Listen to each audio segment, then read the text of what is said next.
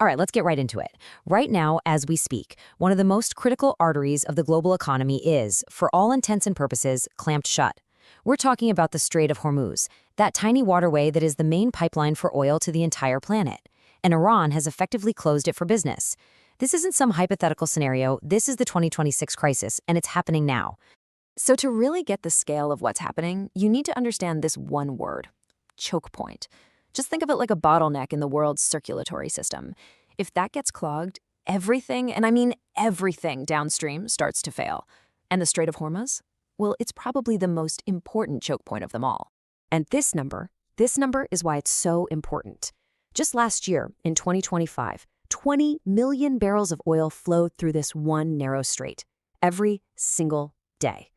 That's not just a statistic, you guys. That's the fuel that runs our world. Which, of course, brings us to the terrifying question that's at the very heart of this crisis. What actually happens when those 20 million barrels a day suddenly just stop? Okay, so let's start by looking at exactly how this tiny stretch of water got so much power over all of us. This really is the world's oil artery. You know, what's just wild here is the incredible mismatch between its size and its importance. At its narrowest point, the strait is only 34 miles wide. I mean, you could drive that in half an hour. But through that tiny gap, almost a quarter of all oil that travels by sea, it's the essential pipeline connecting Middle Eastern producers to, well, literally everyone else. So the big question is, how did we get here? How did one country manage to essentially turn off the tap for the whole planet? Let's break down the mechanics of how you choke the world. Now, this crisis didn't just pop up out of nowhere. It all kicked off on February 28th with U.S. and Israeli airstrikes hitting targets in Iran. Iran's response was, let's just say, swift and strategic. By March 4th, they put out a stark warning and then started attacking merchant ships to prove they weren't bluffing. The result? By the middle of the month, the oil flow had pretty much vanished. And this is just a perfect example of what 21st century warfare looks like. See, Iran didn't need a massive navy to set up a traditional blockade. No, they used a much cheaper and honestly a much more effective strategy. A few drones, the threat of some sea mines, and that was all they needed to weaponize something else entirely: fear and financial risk. And this number is absolutely crucial to understanding how they did it. War risk insurance premiums, the extra money companies have to pay to protect their ships in a conflict zone, they quadrupled overnight. We're talking about an extra $250,000 per trip. When insurance gets that expensive, shipping just becomes impossible.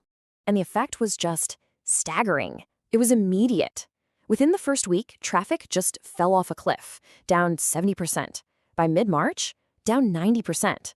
See, Iran didn't need to sink every ship. They just had to make the journey too expensive and way too terrifying to risk. And this is the result. A logistical nightmare on a global scale. We've got over 2,000 vessels just stranded in the region. They're either anchored outside the strait, too scared to go in, or they're stuck inside, unable to get out. The artery isn't just blocked, it's causing a traffic jam that's backing up the entire system. So let's talk consequences, because this isn't just a regional problem, it's a global one. The immediate result of choking the world's oil supply is, you guessed it, a massive worldwide price shock. And this vulnerability, this pain, it is not spread evenly.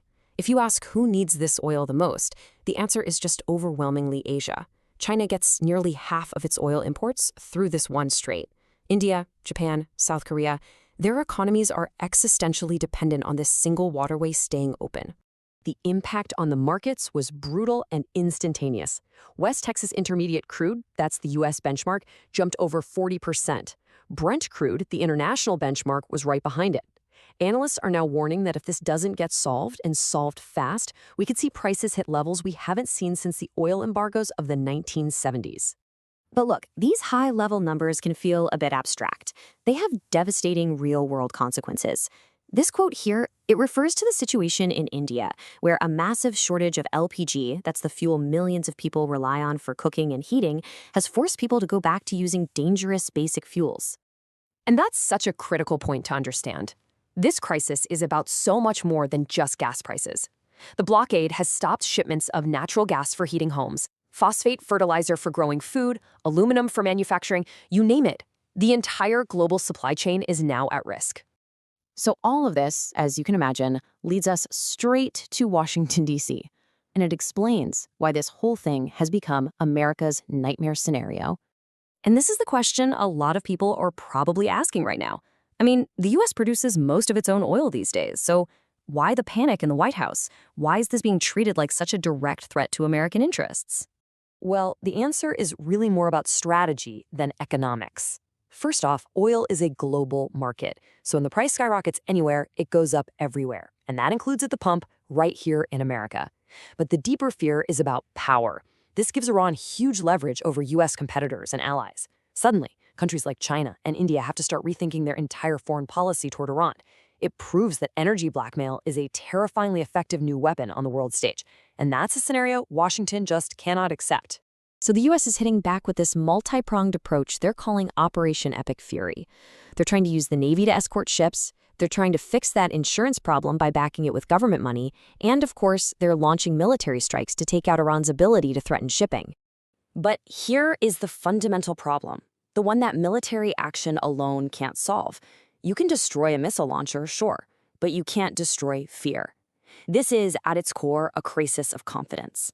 Even if the U.S. Navy clears a path, shipping companies and their insurers are not going to risk billions of dollars in assets, not to mention human lives, until they believe the threat is truly and permanently gone.